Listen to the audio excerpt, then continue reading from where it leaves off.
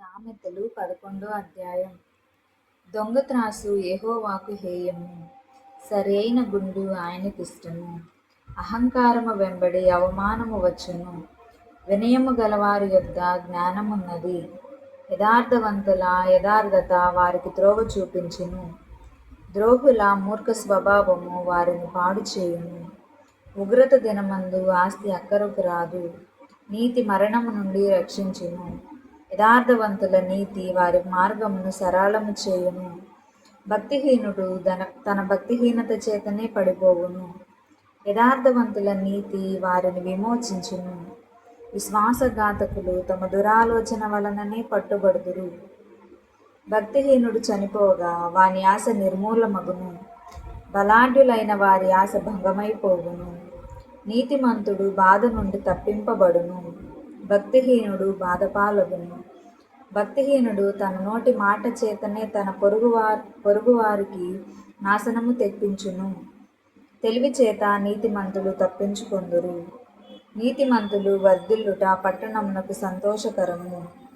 భక్తిహీనులు నశించినప్పుడు ఉత్సాహధ్వని పుట్టును. యథార్థవంతులు దీవెన వలన పట్టణమునకు కీర్తి కలుగును. భక్తిహీనుల మాటలు దానిని బోర్ల ద్రోయును. తన పొరుగువానిని తృణీకరించువాడు బుద్ధిలేనివాడు. వివేకి అయిన వాడు మౌనముగా నుండును. కొండెగాడై తిరుగులాడువాడు పరుల గుట్టు బయటపెట్టును. నమ్మకమైన స్వభావము గలవాడు సంగతి దాచును. నాయకులు లేని జనులు చెడిపోవుదురు. ఆలోచనకర్తలు అనేకులుండుట రక్షణకరము. ఎదుటివాని కొరకు పూటబడిన వాడు చెడిపోవును, పూటబడనొప్పని వాడు నిర్భయముగా నుండును. నెనరుగల స్త్రీ ఘనత నొందును, బలిష్ఠులు ఐశ్వర్యము చేపట్టుదురు. దయగలవాడు తనకే మేలు చేసుకొనును, క్రూరుడు తన శరీరమునకు బాధ తెచ్చుకొనును. భక్తిహీనుని సంపాదన వానిని మోసము చేయును. నీతిని విత్తువాడు శాశ్వతమైన బహుమానము నొందును. యథార్థమైన నీతి జీవదాయకము. దుష్టక్రియలు విడువక చేయువాడు తన మరణమునకే చేయును. మూర్ఖచిత్తులు యెహోవాకు హేయులు. యథార్థముగా ప్రవర్తించువారు ఆయనకిష్టులు. నిశ్చయముగా భక్తిహీనునికి శిక్ష తప్పదు.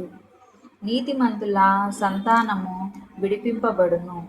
వివేకము లేని సుందరశ్రీ పంది ముక్కుననున్న బంగారు కమ్మి వంటిది. నీతిమంతుల కోరిక ఉత్తమమైనది, భక్తిహీనుల ఆశ అహంకారయుక్తమైనది. భక్తిహీనుల ఆశ అహంకారయుక్తమైనది. వెదజల్లి అభివృద్ధి పొందువారు కలరు, తగిన దానికన్నా తక్కువ ఇచ్చి లేమికి వచ్చువారు కలరు. ఔదార్యము గలవారు పుష్టి నొందుదురు. నీళ్లు పోయి వారికి నీళ్లు పోయబడును. ధాన్యము బిగబట్టు వానిని జనులు శపించెదరు. దానిని అమ్మువాని తలమీదికి దీవెన వచ్చును. మేలు చేయగోరువాడు ఉపయుక్తమైన క్రియ చేయును, కీడు చేయగోరువానికి కీడే మూడును. ధనమును నమ్ముకొని వాడు పాడైపోవును. నీతిమంతులు చిగురాకు వలె వృద్ధి నొందుదురు.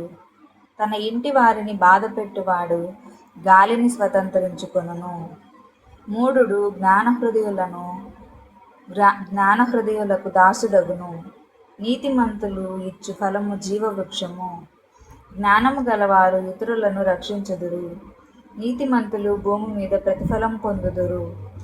భక్తిహీనులు పాపులను మరీ నిశ్చయముగా ప్రతిఫలం పొందుదురు గదా.